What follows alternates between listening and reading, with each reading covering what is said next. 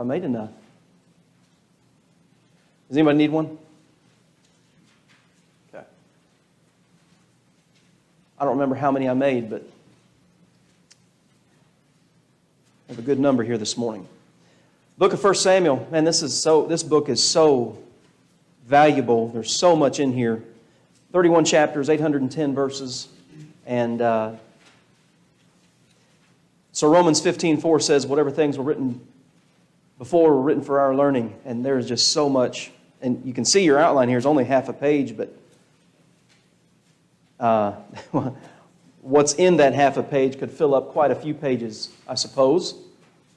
And so let's get started. So the key thought in the book of Samuel is Israel's transition from judges to a monarchy. And of course, the book of Judges and then the book of Ruth are in the time period of the 300 to 350 years of the Judges. And then the first couple of chapters, I suppose you'd say the first 7, are still under the rule as judge of Samuel. So the two judges that we read about in the book of 1 Samuel are Eli and then Samuel. Of course, they're also priests, but they're also judges. And so you've got 13 judges in Judges, and then two judges in the first few chapters of 1 Samuel. And then we have the transition into the monarchy for Israel. Key characters. Of course, chapter 1, you've got a whole family here. Elkanah with his wives, Hannah and Peninnah. But Hannah, I would say, is the one that becomes more prominent in the first couple of chapters. And then, of course, Samuel, Eli, Saul, David, and Jonathan. But obviously, there are more individuals than that. I understand that, but these are the ones that make up the bulk of this book, and so much to learn from each of them. And Hannah particularly, we learn some things about her, and I would say also about the culture of that day, specifically in chapter 1. So, what was Hannah's problem? Couldn't have children. She's barren. And that was considered quite a disgraceful thing for a woman not to be able to have children. But the text tells us that, so Elkanah has these two wives, and Peninnah could have children, and she's kind of a thorn in the flesh, if you will, of Hannah. And that shows you what kind of person she is. Doesn't say much for her character. And she has children, verse 2, but Hannah, verse 2, had no children. And so chapters 1 and 2 are really her story, what Hannah's going through and what she's seeking. But this, like I said, not being able to have a child, rather, or children, was in this time, particularly under the understanding of land inheritance and possession in Israel, things like that. If you couldn't have children, that presented sort of a problem, you might say. But you have her praying here in chapter 1, and somebody read chapter 1, verses 12 and 13, please.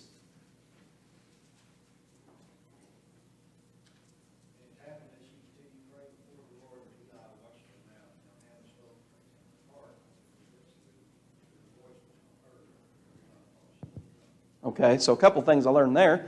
Number one, prayer does not have to be audible to a second human ear. I can pray to God by myself silently. But I think one thing that's kind of incidental I pick up here is kind of the moral condition of the day. What was Eli's first thought when he saw her just moving her mouth? She's drunk. Well, I would assume, I infer from that he's seen this before. And so that kind of indicates the moral condition of Israel at that time. But of course, coming out of the period of the Judges, why should we be surprised at anything that happens immorally? So we see that in her. She's praying, and then there's the discussion between Eli and Hannah, and he pronounces a blessing upon her, and she asks for favor from the Lord. The Lord remembers her by verse 19. And she has a child by the name of Samuel. And the name Samuel means God has heard. And so that's not accidental that he has named God has heard. And then chapter 2, you have the first 10 verses there, Hannah's prayer of thanksgiving to the Lord. And she emphasizes throughout that prayer the faithfulness of God throughout her difficulty and then the answer to her prayer for having a child. And of course, she's dedicated this child to the Lord. And I think that says something about parents, which we'll talk about that later in the outline. So Hannah's the primary character in the first 2 chapters. And of course, Eli's there too, but we're learning more about this particular family, Elkanah and Hannah. So she has Samuel, and we'll move on from there. So the major events, well, obviously, number 1 is the birth of Samuel, because he becomes a prominent character, not only in this time, but even into the history of God's people. The state of the priesthood and the judges, and there's quite a few verses that I have here to go along with that. So Eli's the priest at this time, and he has 2 sons by the name of Hophni and Phinehas. And so look at chapter 2. Somebody read chapter 2 and verse 12, please. Now the sons of Eli were corrupt. They did not know the Lord. Okay, if you look at a King James, it says, now the sons of Eli were sons of Belial. That's a total different reading, isn't it? But you have to understand what the phrase sons of Belial, that's not, Belial wasn't their dad. It's descriptive of their moral and spiritual depravity, I guess you'd say. These are bad guys. They're base. That's what that word means. They're base men. They're not good men. And their behavior, as you read from verses 13 to 17, is a violation of the food, the offerings that come to the priest. They violate everything about that, what they were to get, how they were to get it, when they were to get it. All that's recorded in Leviticus chapter 3. And their behavior is such, and I find this very interesting. Look at chapter 2 and verse 17. Wherefore the sin of the young men was very great before the Lord, for men abhorred the offering of the Lord. And I suppose there are a couple of different ways you could look at exactly what that means, but to me, contextually, it means because of the behavior of the priests, people didn't even want to go to worship. Because these guys were abusive and they physically threatened people. You give us what we want or we'll take it from you. I mean, that's the state of the priesthood. And these are the sons of the priest. Not good. And there's more about that. Look down at chapter 2. Man, this verse right here. Somebody read chapter 2 and verse 29. And pay attention to what's said here about their relationship with their father. Therefore keep ye at my sacrifice and at my offering, which I have commanded in my habitation, and honorest thy sons above me, to make yourselves fat with the chiefest of all the offerings of Israel, my people. Okay, why do you kick at my sacrifice? And that's the idea. You disregard it. You treat it as if it's just a common thing. But then what he says, what is said to Eli particularly about his sons and how he has permitted their behavior. He says, you honor your sons more than me.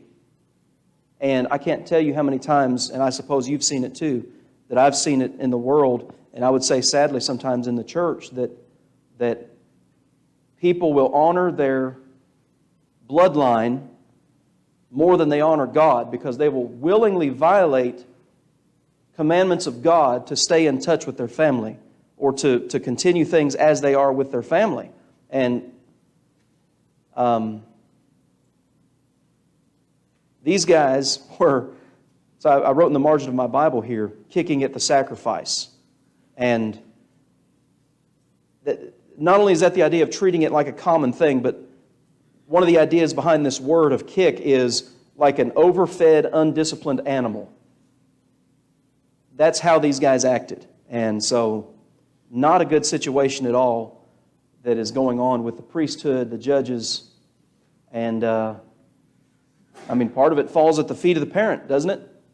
You honor your kids more than you honor me by letting them behave the way they are behaving. And then you go to, I've got it in your outline here too. So that's a kind of a quick snapshot of Eli, but then we think of Samuel, and Samuel's, as we read the text of the whole book, a godly man, but something's missing here. Chapter 8, and we're introduced to his sons there, Joel and Abijah, or Abiah, as the King James says. His sons walked not in his ways, but turned aside after lucre, and took bribes and perverted judgment. Something's going on in the nation of Israel where this seems to be a pattern. And again, you see it from the transition from the book of Joshua to the book of Judges. Joshua died, and that generation that served him, and there arose another generation that knew not the Lord nor the acts, the mighty deeds that the Lord did. Something is going on throughout this 400 years of history that this is a continuing problem, where parents are not parenting. And it's even said here about Samuel, that his sons were not what they ought to be. Now we all realize, here's the thing, we all realize that as parents, you have your children for however long you have them, and you do everything you can to raise godly and faithful children, but they do at some point in time have to leave and make their own decisions. But to me, there's something more than just that going on here. These kids were never even restrained. We're going to look at that a little bit later. Any questions or comments on anything so far? Okay. Number 3, the Ark of the Covenant is captured. So among the other issues that are going on with Israel, in the priesthood specifically, they're still, one of their constant enemies in this period of their history as a nation is the Philistines. Well, so chapter 4 talks about this, about another engagement, if you will, with the Philistines. 1 Samuel chapter 4. They're defeated. About 4,000 men of the army are defeated. And so their solution is, look at 1 Samuel 4 and the end of verse 3. What's their solution? Well, let's go get the Ark of the Covenant. It's like God's in that box, and we'll go get that box, and then we'll win. And that's not quite how it works. Their faith, and I think we can run into this sometimes too. We can talk about this for just a minute. Their faith was in a symbol. Their faith was in a thing rather than in God. And I think we can run into that issue too in different ways today. But if God had been with them, if they were doing what God wanted them to do, I do not think they would have been defeated by the Philistines, because God said, so long as you're faithful, I will drive your enemies out from before you. And so they are defeated here, and the thing they can come up with is, let's go get the Ark of the Covenant. Well, what happened to the Ark of the Covenant? It got captured, and then it's 20 years before it's back in its rightful place. And so the dark days of Israel continues, but let's think about that for just a minute. So their faith is in the way I got it written in the margin of my Bible, their faith was in that symbol. Now, I understand there's more. The Ark of the Covenant's not just a symbol. I get that. But the way they treated it, we'll have that with us, and then we'll win the battle.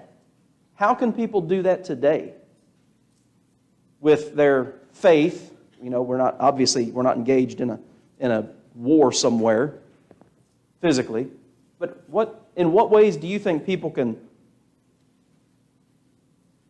treat God the way Israel treated God in this battle with the Philistines? Any ideas? Well, a lot of times people will say, hey, Lord, if you do this, I'm going to do that. And then you have the Catholic Church where they sell little thingamajigers to say that, well, if you want to be saved, buy this thing and you're good. Okay. I was talking specifically of the church, though. I agree that people in religion in general can have relics, as they're called, but I'm talking about members of the church. Going to church. That's a great way to put it. And you guys have heard me talk about that a lot, because it's so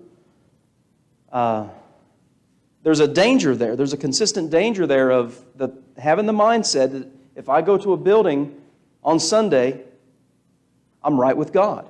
And I know that's absolutely part of it, but we can treat it that way, that so long as I'm in a church building on Sunday and I do the 5 acts of worship, everything's good. And that's kind of the one I was thinking of myself, is we use that and I would say substitute everything else with that. I went to church Sunday. It's so much, being a Christian is so much deeper than that. Anybody else have any thoughts? When the children of Israel used the Ark of the Covenant, before them, that's maybe their shield or their strength. When the Philistines stole this, it didn't help their army at all. So maybe they get it back. Yeah. It didn't help them at all, did it? And that just shows the vanity of their, I would say, of their thought process. That their faith was in the wrong thing. And that's it's still a danger for God's people today to put your faith in the wrong thing. Obedience was missing also. A little louder. The obedience was missing also. So it's not just faith alone. Yeah. Whatever it may be, it's obedience. Their obedience was missing also. Absolutely. And in a variety of ways, obviously. There's so much more to it than let's go get the Ark of the Covenant. Are you faithfully following God? Well, they weren't. And rather obvious, just considering the history of that specific period of time. One person on the live stream says, wasn't there only a certain few people who could touch the Ark or they'd die? Well, that's true. Was it the Kohathites? I think it was the Kohathites were the only people who were permitted, but they couldn't even touch the ark. Remember? Because the ark was built and it had rings on each corner, and they would put a staff through the rings, and that's how you carried it. Now, we're not given the details of all of that, but I mean, they violated that on more than one occasion. One person says, obviously they were a woke nation with symbolism over substance.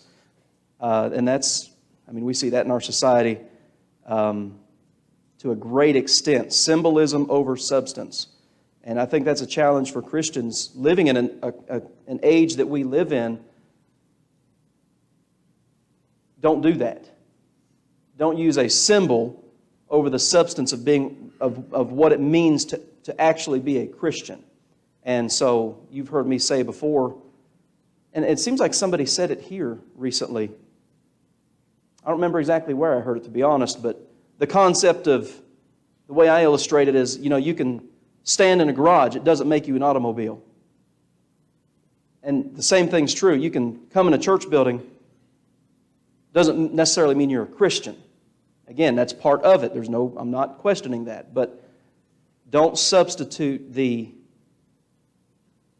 substance with an empty symbol. And that's exactly what Israel had done here with the Ark of the Covenant. So it gets captured in that. So that story goes on through down through chapter 7. And they failed to understand, I guess this is the way to sum it up. They failed to understand that the power was in God and not in the Ark of the Covenant. Number 4, of course, Israel demands a king. This is one of the major events. Chapter 8, they reject Samuel from leading them, but this really bothers Samuel, and so Samuel communicates with God, and God's message is, Samuel, they've not rejected you. They've rejected me from being king. And so what's he tell them to do? Give them a king. But you warn them what it's going to be like. And so as you read 1 Samuel chapter 8,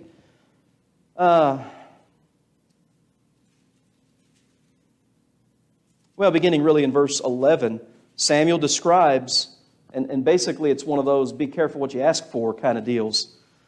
He describes what it's going to be like. And so somebody read 1 Samuel 8 and verse 19.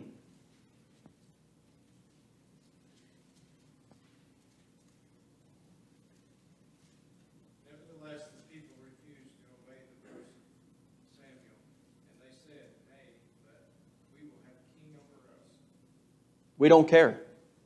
Again, Samuel's their anointed judge. He's their priest. And he tells them, this is what God has said. And their response is, we don't care. So that, again, shows you the state of affairs in that day. So the first king appointed is who? Who's the first king of Israel? King Saul, a Benjamite, the son of Kish. And that's chapters 9 and 10. And Saul's very hesitant at first. And the word I would use is he's humble in the beginning. You look at so they're trying to appoint him and they can't even find him. Look at 1 Samuel chapter 10 and verse 22. 1 Samuel 10:22. They're looking for him. Therefore they inquired of the Lord further, if the man should yet come thither. Where is he, basically? The Lord answered, behold, he hath hid himself among the stuff. Well, the King James says stuff. He's hidden himself among the equipment. So that, to me, that symbolizes his humility, Saul's humility of becoming the king of the nation. Well, as you read then chapters 11 and 12, it starts out fairly good. Then you get to chapter 13.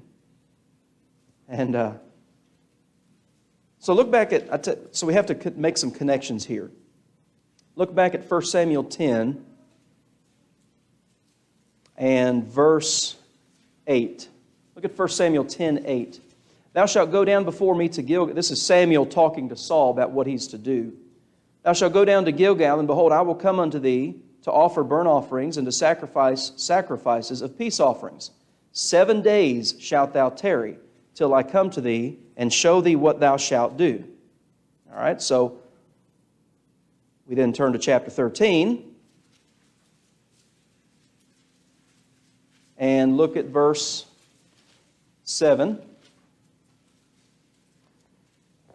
As for Saul, he was yet in Gilgal, and all the people followed him trembling, and he tarried 7 days, according to the set time that Samuel had appointed. But Samuel came not to Gilgal, and the people were scattered from him. And Saul said, bring hither a burnt offering to me, and peace offerings. And he offered the burnt offering.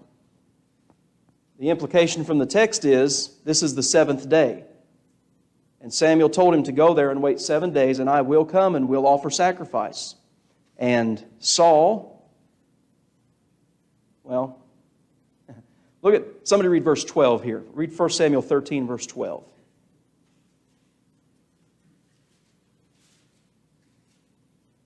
Therefore said I, the Philistines will come down now upon me at Gilgal, and I have not made supplication unto the Lord. I forced myself, therefore, and offered a burnt offering. So the King James says, I forced myself. The New King James says, I felt compelled. I felt I needed to do this. Well, number one, Samuel had already told him what to do. Number two, Saul had, as an individual, he's a Benjamite. He had no right to offer the sacrifice, did he? That's not up to just any old tribe. And so he felt compelled. And, you know, there are a lot of people today in religion who have that. Well, I felt I needed to do this. And the way I've said it before is God, in that sense, does not care about our feelings and what we feel we need to do in response to His Word. It's either you do it or you don't. It's not about how I feel compelled to do something. If you have no right to do it, you have no right to do it, regardless of how forced you feel or how compelled you feel. So, excuse me, he's rebuked there, obviously, for that. You get to chapter 15, he's told to go and destroy the Amalekites. Utterly destroy the Amalekites. Leave nothing and no one. Well, look at verse 7. 1 Samuel 15:7. He attacked. Verse 8. He took. He attacked, which is what God told him to do. But then he took, which is what God told him not to do. You don't take anything. Well, again, he felt compelled. What's his, as you read through 1 Samuel 15, do you remember what his reasoning was for taking all the stuff? We're going to sacrifice. And this is going to be a big sacrifice. So that's the meaning of 1 Samuel 15, 22 and 23, when Samuel rebukes him for his disobedience. And now this is the thing. When Samuel comes to him and says, "What have you done?" Saul's response is, "I've done what the Lord told me to do." Well, then how come I hear all these animals? If you did what the Lord told you to do, why are these animals making all this racket? You were supposed to kill all of them. Well, we're going to make sacrifice to God. So in response to that, Samuel makes that statement in 1 Samuel 15, 22 and 23. "Has the Lord as great delight in burnt offerings and sacrifices as in obeying the voice of the Lord? Behold, to obey is better than sacrifice, and to hearken than the fat of ram." Basically what Samuel's saying there, I don't care what your intentions were. You disobeyed God. And you can claim all day long you obeyed Him, but you did not. And it's like, well, verse 23, it's like witchcraft and idolatry. And you have rejected the word of the Lord, and now you're rejected as king. And things really start going south for Saul at this point. Your intentions, when God has revealed Himself to you, and of course we have that in the Bible, your intentions of doing something bigger and better don't matter. You don't have a right to go in and determine for yourself, well, I was going to do this big thing with what I've got. Obedience is better than sacrifice. Doing what God said is better than any big celebration you could think of to make things a little bit better. And I think that's a challenge that some people face is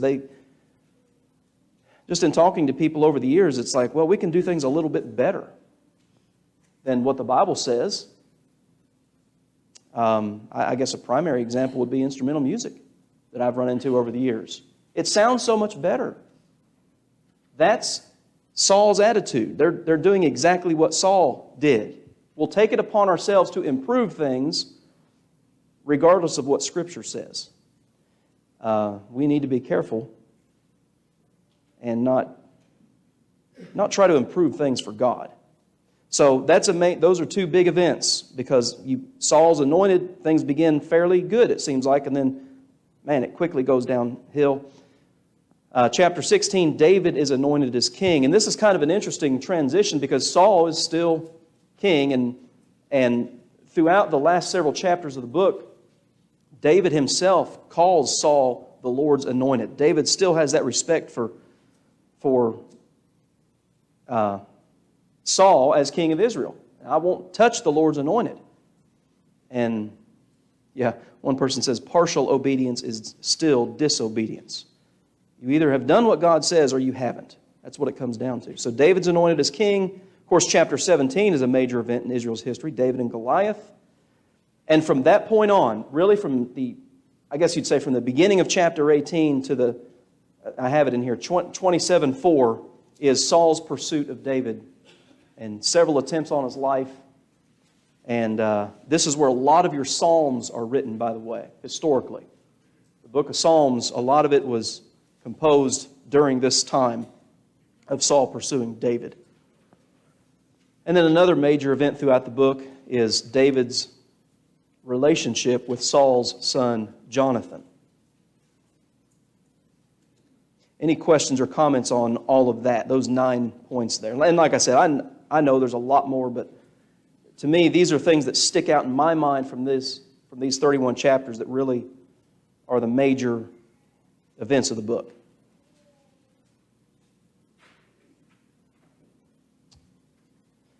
Okay.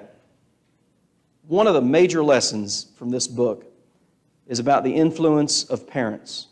And so we'll spend a couple of minutes on this and then we'll wrap it up. Number one, of course, Hannah with Samuel. That's where the book begins, with Hannah's prayer of, her petition to God for a child. But then not only that, but what she says she will do with that child. I will dedicate him to the Lord all the days of his life. But it's not just that she prayed that. That's exactly what she did. She followed through with what she had vowed to God. And it's interesting when you read, let me see if I can find it real quick. They would go up to, once they weaned the child, they sent him to Samuel, and they would go up each year and essentially she'd make clothes for him and take them to him. So you read the end of chapter 1 and you read about You read about that. But she prayed, God answered that prayer, and she kept her vow. Eli with Hophni and Phinehas. So we looked at that a little bit. Look at chapter 3. Yeah, here's the verse I wanted us to look at a minute. Somebody read 1 Samuel 3 and verse 13, please. You guys, y'all know what is a free-range chicken? You just, okay. Well, this is free-range parenting right here. And it's still practiced in the world today. You just, well, you know, they've got to experience it. They'll get out there. They'll figure it out. Somebody read 1 Samuel 3:13. I told him that I will judge his house forever for iniquity, which he knows because his sons made themselves vile, and he did not restrain them. He did not restrain them. So we've got people in here like Colin and Ashlyn and Bryce and Megan and Colton and Haley. They've got little ones. Do your kids know? Well, I don't know. I would say with those three, you guys are probably further along here. Does Eli, what's your kid's name? Levi. Okay. Does he know what no means yet? He's figuring it out, isn't he? He's saying, oh yeah. He's figuring it out. And, you know, the story I've told about Sarah before is when she was just little and rolling, we had these plants in the living room, and she loved to roll to those plants and reach up and grab them and try to eat them. And, well, what do? You stop them from doing that, and you say, no, don't touch that. And they keep rolling toward, well, you grab them. No. Maybe it gets to where you wake them up a little bit and you swat them on the leg or something. And it got to the point where she'd roll over to that plant, and then she'd look at us. And she'd start, But children have to learn that. And Samuel, or rather Eli here, is condemned because he did not restrain his children. So this concept of free-range parenting, as I call it, is foolish. Kids have got to learn borders. They've got to learn boundaries of proper behavior, because if they don't when they're very young like that, well, who's going to want to be around them when they're a little bit older? Because they're out of control and they were never restrained at the most, the time when they're most vulnerable, impressionable. There you go. And that lies squarely on the parents' shoulders. You've got to restrain your kids. And, our culture is big about, that's abusive almost. Kids got to experiment. I mean, this is why we're in a stage in our society where you don't fill out the gender on their birth certificate yet. They'll figure that out in time. I mean, that's where we are in the world. That's how foolish things have gotten, that we're to such an extent that we think our children can choose their own gender sometime down the road. I heard a story, so I'm going to use Levi again. Levi came in, he's got some cowboy boots on today. But I heard a story about a parent who has a daughter and a son, and the son, I think they were both like under 4 or something, but the son always wanted to wear the daughter's, he said, sparkly shoes. And they kept telling him, no, those are girl shoes. Those are girl shoes. And he said, finally, I took him to the store and bought him some cowboy boots. And he won't take them off now. Well, that's part of the restraining your children. But our society says, no, that boy's expressing himself. And you need to let him express himself. That's no restraint. That's letting them do what they want to do. And then if you let them do that when they're 2 years old and 3 years old, what in the world do you think they're going to do when they're 18 years old? You think they're going to respond to any type of negative discipline? Samuel with Joel and Abiah, the same situation. And then, of course, Saul with Jonathan. And that's not so much about parents. That's about godly friendships. And remember, Jonathan is Saul's son, and Saul's trying to kill David. And Jonathan constantly intercedes and essentially saves David's life. We could keep going, but it sounds like I need to quit. All right, thanks.